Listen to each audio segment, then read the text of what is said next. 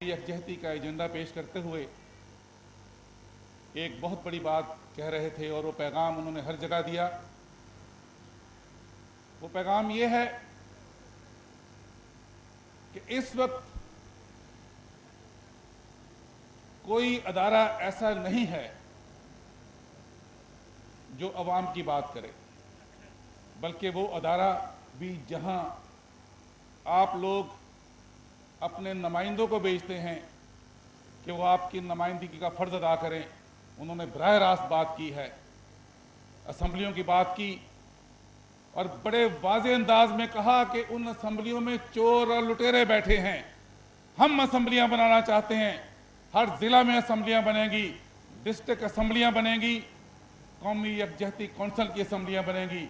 उन असम्बलियों में आप होंगे, उन असम्बलियों में नौजवान होंगे, उन असम्बलियों में मजदूर होंगे, उन असम्बलियों में किसान होंगे, उन असम्बलियों में स्टूडेंट्स होंगे, उन असम्बलियों में ख़वातीन होंगी, उन असम्बलियों में वो लोग होंगे जो अवाम की बात करेंगे, अवाम के लिए बात करेंगे, और वो लोग होंगे जो उन लोगों का गिरेबान पकड़ेंगे जो अवाम का खून चूस रहे हैं। और कौमी यकजहती कौंसिल का एजेंडा यही है कि अब हम किसी चोर और लुटेरे को डाका ज़नी नहीं करने देंगे।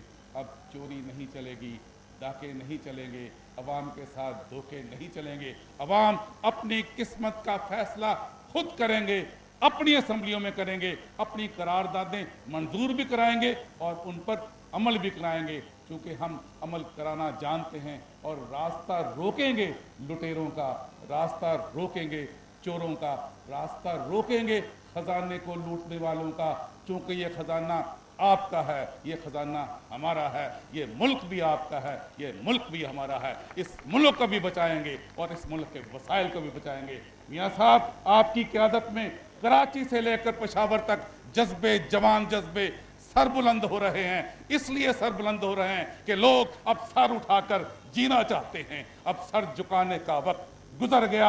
और मियाँ साहब, मुझे कहने दीजिए, आपके साथी की हैसियत से मैंने आपके साथ सफ़र किया। जब आपने पैगाम दिया, कोई बात भी नहीं करता था, उस वक्त आपने आवाज़ उठाई थी कि हम अमेरिका को यहाँ से निकालेंगे और पाकिस्तान अमेरिका के आगे नहीं झुकेगा।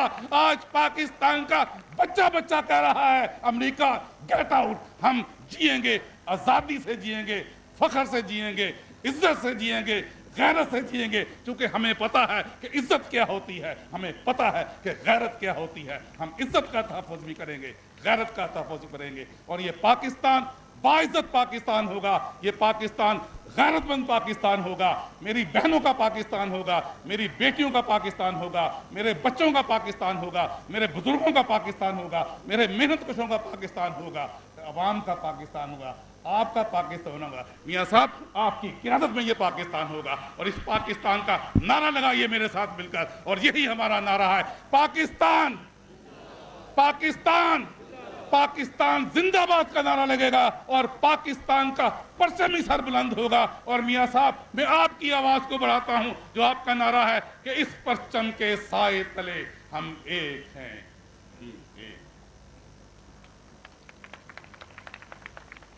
अब मैं दावत खिताब देता हूँ प्रोफेसर डॉक्टर रफीक अंजम साहब को। आप चीफ ऑर्गेनाइजर हैं पंजाब के, तबीयत थोड़ी सी नासाज है और मैंने गुजारिश की है कि आप तबरकन ही आ जाएं, तो इस्तकबाल कीजिए प्रोफेसर डॉक्टर रफीक अंजम साहब, चीफ ऑर्गेनाइजर पंजाब।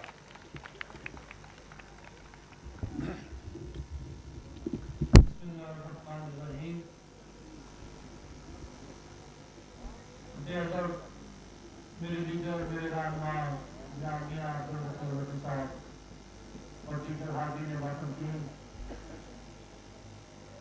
ये दुनिया एक आरज़ी और नापायदार नुमाइश है। सदियों से इंसान काफिला दर काफिला यहाँ आते हैं, चंद लम्हे रुकते हैं और फिर अपने सफ़र पे गामज़न हो जाते हैं। कुरान मजीद का इरशाद है, कुल्लु मन अलैहा फ़ान। ये दुनिया तमाम बर्बाद होने वाली है।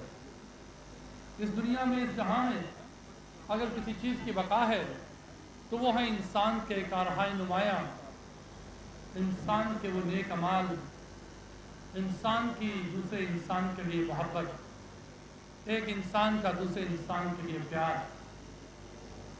اور یہی وہ لوگ ہیں جو اپنا نام تاریخ کے اوراق میں ثبت کر کے بقائے وام حاصل کرتے ہیں۔ دوستو، ایسے ہی لوگوں میں میاں عبدالغفور بھٹو صاحب بھی شامل ہیں۔